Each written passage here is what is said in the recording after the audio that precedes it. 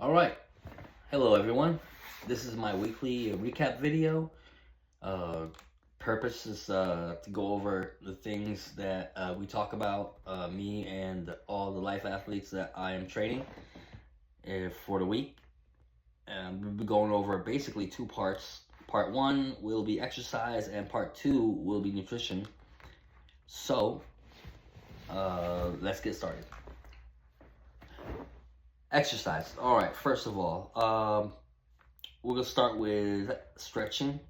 Let's make sure we remember stretching will be different before a session or after a session. Before sessions, try to keep the stretches down to 10-15 second stretches. Definitely not over 20 or too long. We don't want to inhibit the muscles. We're just trying to stretch them out and start the blood flow. After the sessions, though, feel free to do long stretches and find tender spots and really kind of get a chance to, go through your body and get to know, where's it tense, where's it, where it could be places where you might feel weak, and yeah, it's a good place to start to do long stretches after the session. Try to find tender spots and put some pressure on there, one, two, maybe a third time. Try not to stay on any kind of muscle group or muscle location for longer than a whole minute, total. Maybe a minute and a half. Find several tender spots. But if you find an area where there's several tender spots that you really can't work out, just move on to next spots and then start working out other spots and then come back to it. You'll see that there'll be progress. Next step, or the next topic will be in the warm-ups. So we go through our stretching, then we warm up. Warm-up is really your choice on what you want to do, whether you want to use a rowing machine or jump rope or but the point of the warm-ups is just to warm up, to get blood circulating. Whatever you choose to do during your warm-ups, just make sure it doesn't turn into a workout. We're not trying to get fatigued on anything. Just want all the joints to move and do a little wake up to the body and elevate the heart rate just a little bit. Okay, so choose what you want. If you want to be on a bike, if you have knee problems, I recommend definitely nothing that has impact. You stay on a bike or a row machine. But if you like cardio and like doing like being on a treadmill, maybe do some uphill, just not too long, because again, we don't want to turn it into a workout.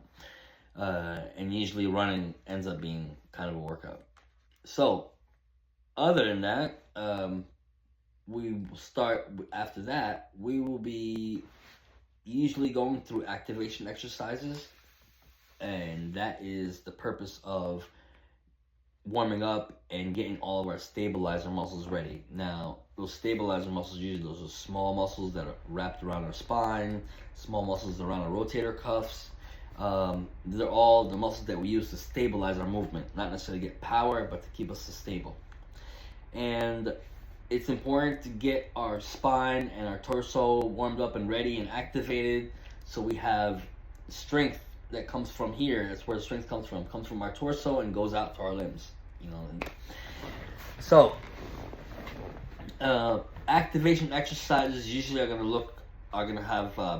to be some sort of isometric exercise, which means that there'll be time under tension without movement. So like a plank position or holding a kettlebell out straight, with your hands out like that. It'll cause tension and cause also pulling, doing chops and lifts and not chops and lifts, pulling our cable weights and holding them and doing isometric holds. All that is going to be forms of activation exercises. 2 or 3 sets. Kind of just wake things up. Again, another part of the program where we're not trying to actually get fatigued and we're trying to make a workout. This is all prepping and how we're supposed to approach our actual exercise session, which is the resistance exercise portion, which is usually going to be the toughest portion. So there'll be, depending on the program, usually there'll be a agility or speed and agility portion before resistance exercise, and that might look like speed ladder drills for one person. It could look like regression jumping jacks for another, but there'll be some form of agility or speed exercise depending on, of course, the level or that you're at. There'll be a different version of a speed exercise for you. It does not matter really kind of what level you're at. There'll be some form of that, a regressive version or a progressive version depending on where you're at in your stage. The resistance training will be after that. Now, I want to talk about resistance training a little bit, and I want to talk about tempos. With all stabilization exercises and all new exercises, anything that you haven't done before, anything new, I always try to keep the tempos to a more slower tempo where we pull weight or make an effort and then hold for a second and then let go slowly back to our normal starting position. That slow tempo will give us a chance to get used to the exercise. It'll give us a chance to cultivate good form and also warm us up to second and third sets. Later on, as we get used to exercises and the purpose of the program shifts from a stability focus to maybe a muscle endurance focus, then tempos can change to maybe faster tempos, where you would contract and hold for 2 seconds, then let go for 2 seconds, and we have like a 1 2 1 2 type tempo. So those are some of the things that we go over. Of course, we're doing resistance training. The point is progressive overload. Start with a weight, do more, and then do more again up to a point to where it starts getting really, really difficult. We're not looking for pain. We just want to send a stimulation message to our skeletal muscles to get them, give them the message to start working and start doing their job and growing. After that, cardio. We like to end our sessions with some cardio, and that's a good good opportunity to practice our breathing and really get our breathing muscles, which are like our rib muscles and our neck muscles, exercise used to breathing in from our nose and out from our mouth, and in from our nose and out from our mouth. That way, we get really efficient and bringing in the air from the outside through our nose, where it gets hydrated, where it gets temperature regulated, and then brought into our lungs, rather than our mouth open like a barn door and just letting everything in, and it's just too much. So, the end of the sessions, we try to get at least 10 minutes of cardio, your choice of what it is, of course, but we practice good breathing, and we try to get ourselves to a point where we're kind of breaking a sweat and where we have at least 5 to 10 minutes of sustained exercise where it's kind of difficult to talk. And that's it for exercise for now.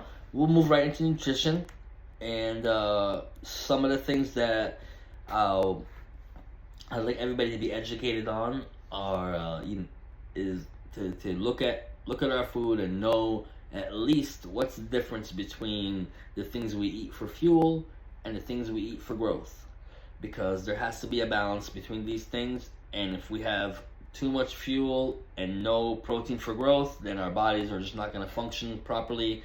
We're not going to have the proper metabolism. So really look at the food that you're eating. Make sure you know what, that you're getting the good ratios. If there's any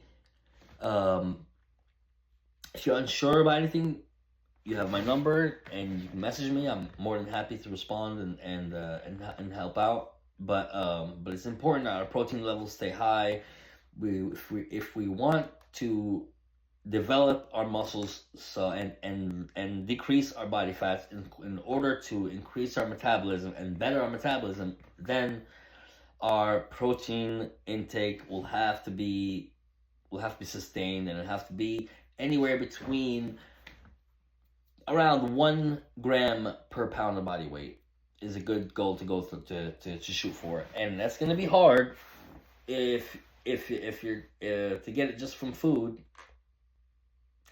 But of course we have supplements, and but it's important to choose the right supplements, and I'm here for you to help you with that. But if you look, some of the telltale signs of some good supplements as far as protein is concerned is, number one, it won't be chalky when you mix it.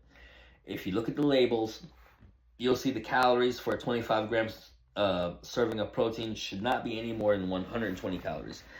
The actual calories for 25 grams of protein is 100 calories. So having anything more than another 10 or 20 calories for maybe a gram of fat and some vitamins and some minerals is excessive. We just want a supplement that's just going to give us just the protein in order to even out the game when it comes to our nutrition. So we're eating the right amount of protein for the right amount of fuel.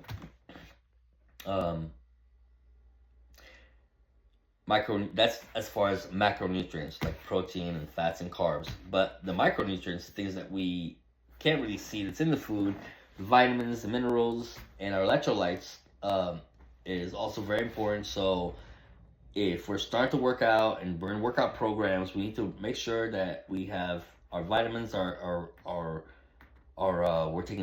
making vitamin supplements, or we're checking with our doctor to make sure that our vitamins and minerals and our micronutrients are in good levels. And if we're able to get a micronutrient panel from our doctors, that'll be very beneficial, because that will tell us right there whether our existing diet is actually sustaining the right amount of vitamins and minerals that we need. But yeah, we'll end this on, for now, it's my first video, for recap video. And yeah, comments, suggestions, I want them all. I hope the audio comes out good this time. And I will see y'all at the gym. Bye.